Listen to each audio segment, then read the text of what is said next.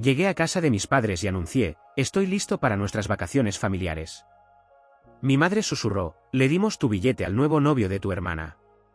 Él es mejor. Solo sonreí, saludé con la mano y me fui. Más tarde, recibí una solicitud por Venmo. 5.400 euros. Paga nuestros billetes. Envié 50 centavos con una nota. Hay una sorpresa esperándoles. 4 días después, recibieron un correo electrónico de mi abogado. A las 7:02 de la mañana, escuché el primer golpe en mi puerta. Nunca había estado tan enfadado con mi familia. Ni cuando se olvidaron de ir a mi graduación universitaria. Ni cuando me dejaron fuera por accidente de la postal navideña un año. Ni siquiera cuando no me ayudaron a mudarme y dijeron que estaban demasiado cansados. Solo para luego ver fotos de ellos en una bodega de vinos a 2 horas de distancia. Siempre dejaba pasar las cosas, me decía a mí mismo que eran despistados, distraídos, lo que fuera. Pero esto fue deliberado. Esto fue una traición. Y sabían exactamente lo que estaban haciendo. Se suponía que volaríamos a Italia este domingo. 2 semanas de tiempo en familia. Florencia, Roma, la costa amalfitana.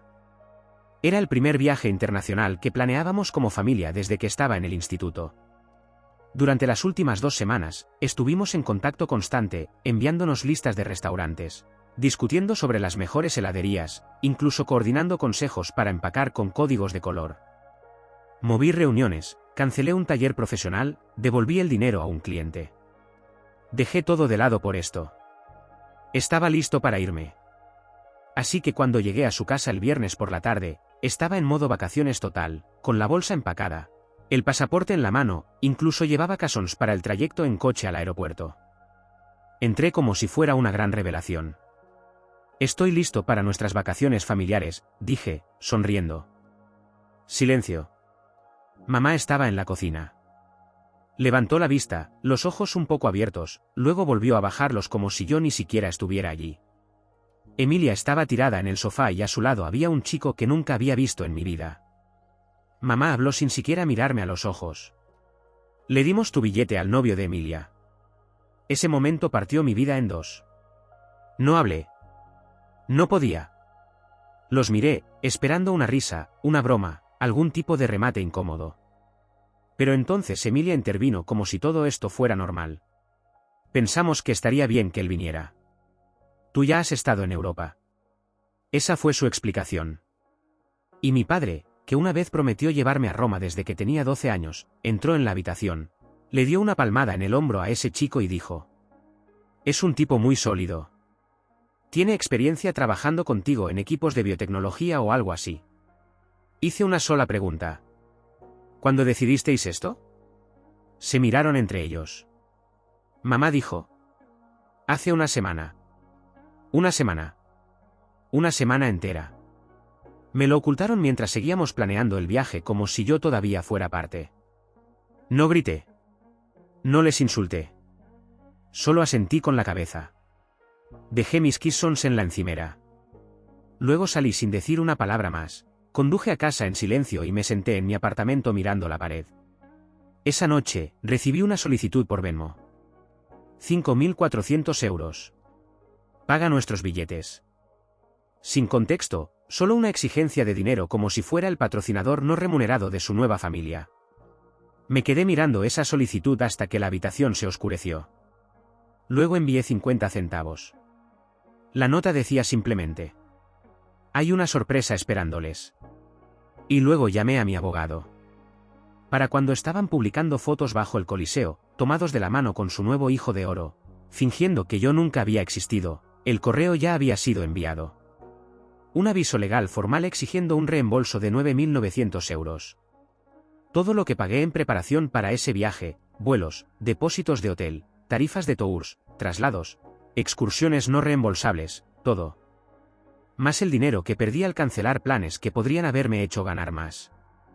No respondieron, ni el correo, ni mis mensajes, ni la llamada de seguimiento de la oficina legal. Hasta esta mañana, a las 7 en punto. Alguien golpeó mi puerta como si el lugar estuviera en llamas. Y ahí supe que por fin habían vuelto. Aparecieron a las 7:02 de la mañana como si estuvieran organizando algún tipo de intervención. Sin aviso, sin mensaje, solo golpes fuertes y persistentes como si alguien estuviera muriendo. Ni siquiera había tomado café. Abrí la puerta y allí estaban. Mamá, papá y Emilia alineados en mi porche como si hubieran ensayado esto. Papá apretaba la mandíbula, con los brazos cruzados. Mamá parecía no haber dormido, el pelo recogido, sin maquillaje. Emilia tenía los brazos cruzados y el teléfono en la mano como si estuviera esperando grabarlo todo. ¿De verdad vas en serio con esto? Soltó papá antes de que pudiera decir buenos días. Mamá intervino. ¿9.900 euros? ¿Estás loco? Emilia añadió. ¿Por unas vacaciones? No dije nada. Solo me quedé allí, en la puerta, dejando que me lanzaran sus frases. No los invité a entrar. Eso fue intencional. Mamá intentó recular, suavizando el tono. Pensamos que lo entenderías. Él es importante para Emilia. Tiene experiencia, contactos, él. Me da igual si es Jesús, la interrumpí. Le disteis mi billete. Usasteis el dinero que yo pagué y ni siquiera me avisasteis. Me enteré estando en vuestro salón con la maleta en la mano. Estás haciendo que esto sea feo, dijo papá, alzando la voz. Ahora estás arrastrando a tu propia familia a los tribunales, por esto. Lo miré un segundo más de lo necesario. Luego les dije la verdad. Me debían ese dinero. Tenía facturas, transferencias, recibos. Pagué por adelantado todos los gastos del viaje porque confiaba en ellos, y me eliminaron como si fuera un becario que no pasó el corte. Entonces mamá dijo algo que no debía. No pensamos que te pondrías tan dramático. Tú ya has estado en Europa. Emilia no y necesitábamos el dinero. Usamos parte de lo que tú pagaste para cubrir el billete extra. Por eso pedimos los 5.400 euros. Eso fue todo. No solo dieron mi asiento. Usaron el dinero que adelanté para mi propio billete y depósitos de hotel, para pagar el suyo y el de su novio. Me robasteis, dije. Emilia parecía a punto de llorar, pero no sentí lástima. Se acabó el ser yo quien mantenía la paz mientras ellos me empujaban a un lado. Pueden solucionarlo ahora o en el juzgado, pero esto no va a desaparecer. Se fueron en un mar de frustración y amenazas a medias. Papá dio un portazo al coche tan fuerte que lo oí desde mi cocina. Emilia ni siquiera miró atrás. Pensé que eso sería el final, al menos por un tiempo. Pero se puso más raro. Durante la siguiente semana, se quedaron en silencio. Sin llamadas, sin mensajes, tampoco noticias de su abogado. Pero seguían publicando fotos de cenas en casa con frases como: agradecido por las noches en familia. Nada como una comida casera con los que realmente importan. Y en cada foto, ahí estaba él. Eric. El novio. Sentado en el sitio de mi padre en la mesa. Con la gorra vieja de béisbol de mi padre puesta. En un momento, juro que lo vi usando mi sudadera, la misma que dejé en la habitación de invitados hace un mes. Eso lo empeoró todo. No era solo que me hubieran traicionado. Era como si intentaran borrarme y darle el papel a otro, y Eric lo interpretaba como si hubiera nacido para eso. El proceso legal siguió avanzando. Mi abogado envió otra notificación. Aún sin respuesta. Y entonces, un jueves, todo se rompió. Eran como las 3:10 de la tarde. Recibí un mensaje de mi madre. Solo 3 palabras: llámame. Urgente. Luego Emilia, algo pasó. ¿Se fue? No llamé. Esperé. 1 hora después, mamá apareció en mi casa. Esta vez, sin gritos, sin actitud. Estaba pálida. Las manos le temblaban. Se llevó todo, dijo. Eric, o como se llamara en realidad, esperó a que salieran a hacer recados. Empacó sus cosas y desapareció junto con 11.000 euros en efectivo que tenían guardados en la casa, y todas las joyas de oro que mi madre había heredado de su madre. Anillos, pulseras, collares, todo desaparecido. El cajón del dinero de emergencia de papá, vacío. Incluso se llevó el reloj inteligente que Emilia le había regalado la semana anterior. Fueron a la policía, pero la cosa empeoró. Resulta que no era la primera vez que lo hacía. Ya lo había hecho antes. Distintas ciudades, distintos nombres, siempre el mismo patrón: ganarse la confianza, mudarse rápido, encantar a la familia y luego desaparecer con lo de valor. Ahora estaban en pánico total, sin dinero, humillados, y por fin venían a pedirme ayuda. Y lo admito, parte de mí quería cerrarles la puerta en la cara. Estaban llorando, los tres. Esa parte no la esperaba. Papá llegó 10 minutos después que mamá. No tocó. Solo entró como si el lugar aún le perteneciera, como si ya hubiéramos pasado el punto de pedir permiso. Emilia venía detrás, con los ojos rojos, sin decir nada al principio. Parecía no haber dormido desde que el tipo se fue. Lo vació todo, dijo papá. Pensábamos que estaba arriba durmiendo la siesta. No estuvimos fuera ni 2 horas. Se llevó la caja de joyas de la caja fuerte, añadió mamá. ¿Cómo supo el código?, preguntó alguien. Emilia se sentó al borde del sofá, aún apretando su teléfono. Simplemente desapareció. Su ropa, su bolso, incluso mi portátil. Yo escuchaba. No ofrecí pañuelos. No dije te lo dije. Ni siquiera me moví. Entonces mamá lo dijo. Nos da vergüenza. Tenías razón. Estábamos equivocados. Por favor, retira la demanda. Eso era lo que querían. Que olvidara que me dejaron fuera, que me robaron y luego esperaban que pagara sus vacaciones mientras entregaban mi sitio a un desconocido. Pregunté si lo habían denunciado. Lo habían hecho, pero la policía les dijo lo que yo ya sospechaba: él era un estafador con experiencia. No oficialmente buscado, pero con reportes similares en México, Barcelona, Miami. Diferentes alias. Usaba instituciones reales en su currículum falso. Empresas reales, referencias reales. El hombre había creado un perfil de LinkedIn con más de 500 conexiones. Así que sí, los habían estafado completamente. Y ahora estaban arruinados, humillados y desesperados. Pero aquí está el punto. Nada de eso borraba lo que me hicieron. No cambiaba cómo me trataron. Como si fuera reemplazable. Como si Eric fuera de alguna manera mejor. Esa palabra seguía resonando en mi cabeza cada vez que lo pensaba. ¿Mejor? Les dije que no iba a retirar nada. Que lo que estaban viviendo ahora no borraba la deuda que tenían conmigo. Si acaso, confirmaba por qué había trazado ese límite desde el principio. Papá se enfadó. Dijo que estaba siendo frío. Mamá preguntó cómo podía hacerle esto a mi propia familia. Ustedes me reemplazaron, dije. Tomaron esa decisión. Lo dejaron entrar en su casa. Le dieron mi lugar y lo financiaron con mi dinero. Y ahora quieren compasión porque resultó ser exactamente lo que les advertí que era. No tuvieron respuesta. Finalmente, se fueron. Sin gritos, solo una decepción silenciosa. Pero no en ellos mismos. Todavía en mí. Me quedé solo mucho tiempo después de eso. Debería haberme sentido triunfante, reivindicado, pero no fue así. Solo me sentía cansado. No dormí esa noche. Solo pensaba en cómo habíamos llegado a esto, cómo pasamos de un viaje familiar a un robo internacional y luego a una cita judicial. A la mañana siguiente, fui al banco y saqué 8.000 euros. Luego llamé a mi abogado. Redacta un contrato de préstamo, le dije. Plazo de 13 meses, reembolso completo, sin vacíos legales.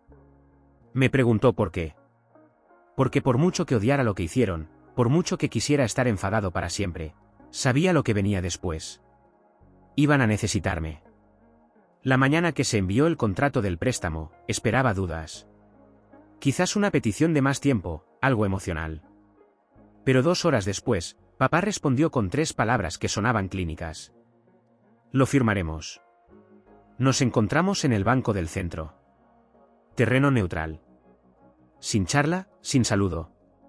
Se veía más delgado, como si el estrés le hubiera consumido la mitad del cuerpo en una semana. Firmó el contrato con un bolígrafo prestado, casi sin mirarme. Cuando deslizó el documento de vuelta por la mesa, se aclaró la garganta como si quisiera decir algo. Pero lo que fuera, se lo tragó. Transferí los 8.000 euros a su cuenta conjunta esa misma tarde. Envió un mensaje corto de confirmación. Sin respuesta. Esa noche, estaba acostado en la cama, navegando sin rumbo en el móvil, cuando apareció el nombre de Emilia en la pantalla. Una sola línea. Nunca fue quien pensábamos, ¿verdad? La miré durante un rato. No respondí. Pero algo de eso se me quedó clavado. No porque finalmente estuviera cuestionando las cosas, sino porque me di cuenta de que aún no lo entendía. Ella pensaba que la traición había empezado con él. Así que abrí el portátil y empecé a buscar. No solo por cierre, sino porque una parte de mí no podía soltarlo hasta entender quién era en realidad ese tipo. Solo tenía el nombre que les dio, Eric Sevalios, y las fotos de sus publicaciones en Italia. Hice una búsqueda inversa de imágenes y en minutos tenía resultados. Docenas. Pero no con ese nombre. Diferentes alias, diferentes estados, la misma cara. Hugo Facio, Carlos Puerta, Iker Sánchez. El mismo tipo, una y otra vez. Las historias seguían el mismo patrón.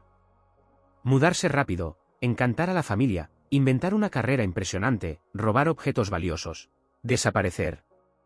Encontré un hilo en Reddit titulado ¿Alguien más ha sido estafado por este tipo? Casi 400 comentarios. México, Buenos Aires, Miami, Barcelona. Una mujer dijo que convenció a su madre de que estaba en protección de testigos. Otra contó que le prometió financiar su emprendimiento y luego desapareció con todos sus ahorros y su coche.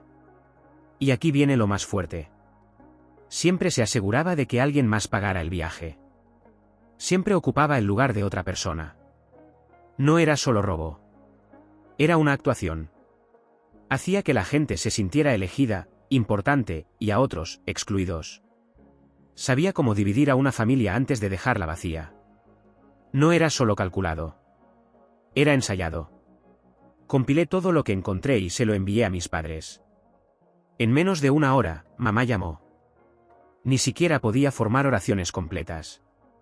Solo repetía. Se sentó en nuestra mesa. Llevaba los zapatos de tu padre. Le di el reloj de tu abuelo. Volvieron a llamar al detective. Esta vez lo tomó en serio. Con lo que yo había encontrado, ya podían vincularlo al menos otros 4 casos abiertos. Se llevaron los dispositivos, revisaron historiales de navegación, recogieron cada recibo y documento que tenían. Pero lo oí en la voz del oficial cuando hablaba con mi madre en altavoz. Ese tipo era escurridizo. Puede que nunca lo atrapen. Pasó una semana y llegó el primer pago. 500 euros. Pago 1 de 14. Memo, de parte de ambos. Enviaban uno cada semana como un reloj. Mamá incluso añadía cantidades raras a veces. 1.613 euros. Luego 172. Como si quisiera que se sintiera personal. Como si intentara compensar todos esos años en los que me trataron como el plan B. Luego llegó uno con una nota extraña. 327 euros por esa cena de cumpleaños que nos saltamos en 2020. Intentaban pedir perdón, pedazo a pedazo. Al tercer mes, ya habían devuelto más de 3.000 euros. Y una tarde, recibí un mensaje de Emilia. Sin disculpa, solo esto. Vi tu sudadera vieja en su bolsa antes de que se fuera. Debería haberlo sabido. Lo siento. Tampoco respondí. Y luego, un jueves cualquiera, meses después de que todo empezara, mi móvil vibró. Transferencia bancaria recibida, 6.700 euros. Nota, saldo final más la vieja deuda del préstamo para el tejado. Lo recordamos. Lo sentimos. No llamaron. No escribieron. Solo silencio. Y por primera vez en mucho tiempo, sentí algo que me sorprendió. Alivio. No por recuperar el dinero. Sino porque recordaron lo que pensé que ya habían enterrado. Debería haber sido un momento de sanación. Pero yo tenía mis propios planes. Al día siguiente, publiqué una foto de mi nuevo pasaporte y una tarjeta de embarque. Berlín, Ámsterdam, Lisboa. Un mes completo por Europa con 2 de mis amigos más cercanos de la universidad. Todo pagado. Sin compromisos. Sin familia. Subtítulo. Finalmente haciendo el viaje que me prometieron. Solo que mejor. 3 horas después, Emilia publicó una historia. Una foto en grupo. Su mamá, papá, en algún brunch local. Subtítulo. Algunas personas solo aparecen cuando les conviene. Sin etiquetas. Sin nombres. Pero no los necesitaba. Sabía para quién iba dirigido. El viaje por Europa sanó muchas cosas. Solo que no la que pensé que sanaría. Berlín fue la primera parada. Estaba con 2 amigos de la universidad, de los de verdad, personas que nunca me hicieron sentir que tenía que ganarme un lugar en la mesa. Caminamos bajo la lluvia, comimos kebab a medianoche y terminamos en un club de techno que parecía de otra dimensión. Después Berlín fue Ámsterdam, botes, canales y mañanas largas y brumosas sin horario. Luego Lisboa, donde alquilamos un piso en una colina con una vista tan increíble que parecía irreal. La libertad de todo eso hacía que los últimos meses parecieran aún más absurdos. Cada espresso, cada viaje en tren, cada encuentro aleatorio con desconocidos me recordaba lo que mi familia me quitó y lo rápido que intentaron reemplazarme. Pero no pudieron reemplazar el silencio. Y eso fue lo que les di. No fue rabia. Fue nada. Ya me habían devuelto todo. Esos últimos 6.700 euros llegaron a mi cuenta el día antes de volar. Mi abogado confirmó que el contrato estaba cerrado. Caso resuelto, saldo pagado en su totalidad. Debería haber sentido algo más. Alivio, tal vez cierre. Pero solo sentí que ya estaba terminado. No publiqué mucho del viaje. Solo algunas fotos, sobre todo de arquitectura, comida, luces de ciudad. Pero de alguna manera, igual les llegó. Las historias de Emilia se volvieron más cortantes. Posando con mis padres en el brunch con frases como: la familia es más que sangre. Cosas así. Como si creyera que esto era una competencia. Y que aún iba ganando. En Oporto, en una pequeña cafetería, recibí una notificación de Venmo de mi madre, 32,78 €. Por aquella vez que pagaste los helados en 2009. Me reí, no porque fuera gracioso, sino porque al fin entendía que nunca fue por dinero. Fue por el principio. Ellos tomaron lo mío y me hicieron parecer exagerado. Pero ahora pagaban intereses sobre recuerdos. Cuando regresé a Estados Unidos, no avisé a nadie. Solo quería espacio. 2 semanas después, un sábado, fui a mi cafetería habitual y allí estaban. Mamá y papá, en una mesa junto a la ventana. Nos vimos. Nadie sonrió. Minutos después, papá se acercó con un papel doblado. «¿Te ves bien?», dijo. «Europa hace eso», respondí. Me entregó el papel y volvió a su mesa. Lo abrí en casa, era un registro de todos los pagos, con una línea escrita a mano, más 8.000 devueltos, 1.900 del préstamo del tejado, 32,78 del helado. Total, 932,78. Estado, resuelto. Y debajo, con letra de mamá, sin deudas, pero aún mucho por reparar si alguna vez quieres. Días después, un correo de Emilia. Probablemente no leas esto. Sí lo leí. 5 párrafos. No pidió perdón por elegirme a él, pero admitió que lo dejó pasar, que debió al menos decir algo aquel día. Luego, mensaje de mamá. Hacemos tu pasta favorita este fin de semana. Si vienes, hay sitio. Si no, lo entendemos. No fui, pero tampoco borré el mensaje. Pasaron meses. Silencio. Sin reclamos, sin más notas de Venmo. Pagaron todo, hasta cosas que creí olvidadas. Aún así, apenas hablábamos. Pero yo sabía que miraban. Likes borrados, emojis enviados y eliminados. También observé, vendieron el coche, papá trabajaba más horas, mamá hacía trabajos freelance. Estaban arreglando las cosas. Un día recibí otra transferencia, 1.200 euros. Pago final.